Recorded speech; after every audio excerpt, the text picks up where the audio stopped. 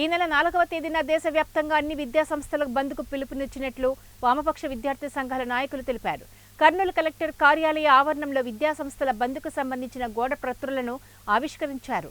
దేశవ్యాప్తంగా నిర్వహించే నీటి పరీక్షల్లో అవకతవకలు జరిగినందున వెంటనే నీటి పరీక్ష నిర్వహించిన ఎన్టీఏ సంస్థపై వెంటనే చర్యలు తీసుకోవాలని విద్యార్థి సంఘాల నాయకులు డిమాండ్ చేశారు.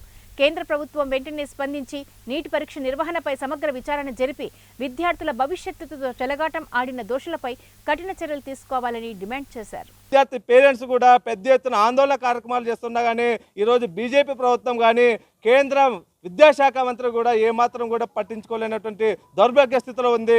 ఈ నేపథ్యంలోనే ఈ నెల 4వ తేదీన దేశవ్యాప్తంగా కేజీ నుండి పీజీ వరకు విద్యార్థి సంఘాల ఆధ్వర్యంలో బంద్ పిలుపునివ్వడం జరిగింది.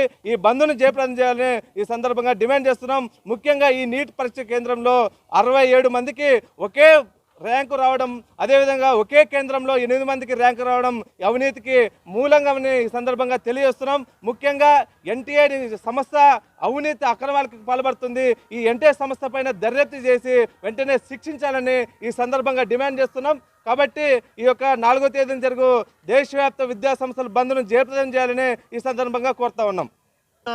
దేశవ్యాప్తంగా వామపక్ష విద్యార్థి సంఘాల ఆధ్వర్యంలో బంద్కు పిలుపునివ్వడం జరిగింది.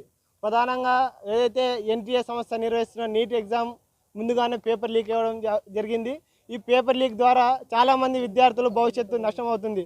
అయితే ఇంతవరకు పీఎం గారు ఇంతవరకు స్పందించలేదు. కాబట్టి దీని మీద వెంటనే స్పందించాలి. అదేవిధంగా సిట్టింగ్ జడ్జితో న్యాయ విచారణ జరిపించాలనేసి సందర్భంగా తెలియజేస్తున్నాం. కాబట్టి ఏదైతే జూన్ 4 జరిగే బంద్ను అందరూ విద్యార్థి తల్లిదండ్రులు, విద్యార్థులు, మేధావులు